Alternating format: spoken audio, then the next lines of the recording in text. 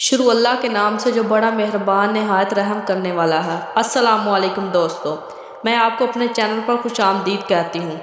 آج کی ویڈیو کا جو ہمارا موضوع ہے وہ ہے کہ اچھی موت کی نشانی، یعنی اچھی موت کی کیا نشانی ہے۔ اس کی ایک وضاحت میں حدیث شریف سے کروں گی، اس ویڈیو کو اینڈ تک ضرور دیکھیے گا۔ رسول صلی اللہ علیہ وآلہ وسلم نے فرمایا ہے کہ موت کا ایک دم آنا افسوس کے لائق ہے کہ مرنے والا نہ کچھ کہہ سکے نہ کر سکے۔ آپ صلی اللہ علیہ وآلہ وسلم کے زمانے میں کوئی آدمی بیٹھا ہوا ایک دم مر گیا تو کسی نے کہا کہ اچھی موت مرا ہے، نہ کوئی بیماری دیکھی اور نہ کچھ جان نکلنے کی تکلیف ہوئی۔ حضور صلی اللہ علیہ وآلہ وسلم کو جب اس کا یہ کہنا معلوم ہوا، آپ رضی اللہ تعالیٰ عنہ نے اس آدمی سے فرمایا کہ تیرے پاس اس کا کیا ثبوت ہے کہ اچانک ایک دم مرنے سے اس کو تکلیف نہیں ہوئی؟ اگر اللہ تعالیٰ اس کو اس حال میں موت دیتا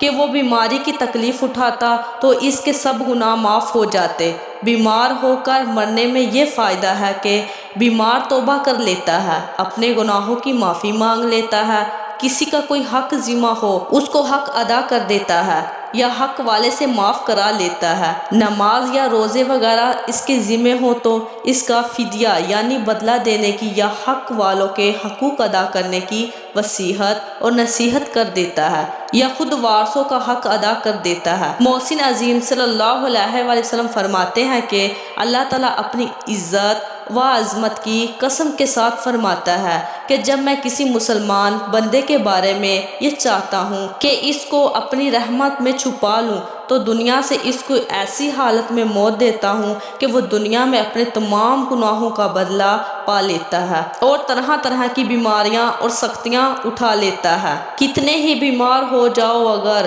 رحمت رحمان سمجھو سر بسر، جس قدر تکلیف ہوگی دوستو پاک ہو جاؤ گے اس کو سن رکھو، جتنی ہوگی سخت بیماری تمہیں گھیر لے گی رحمت باری تمہیں، جس قدر خوش ہوگے بس مولا سے تم جاؤ گے خوشنود بس دنیا سے تم۔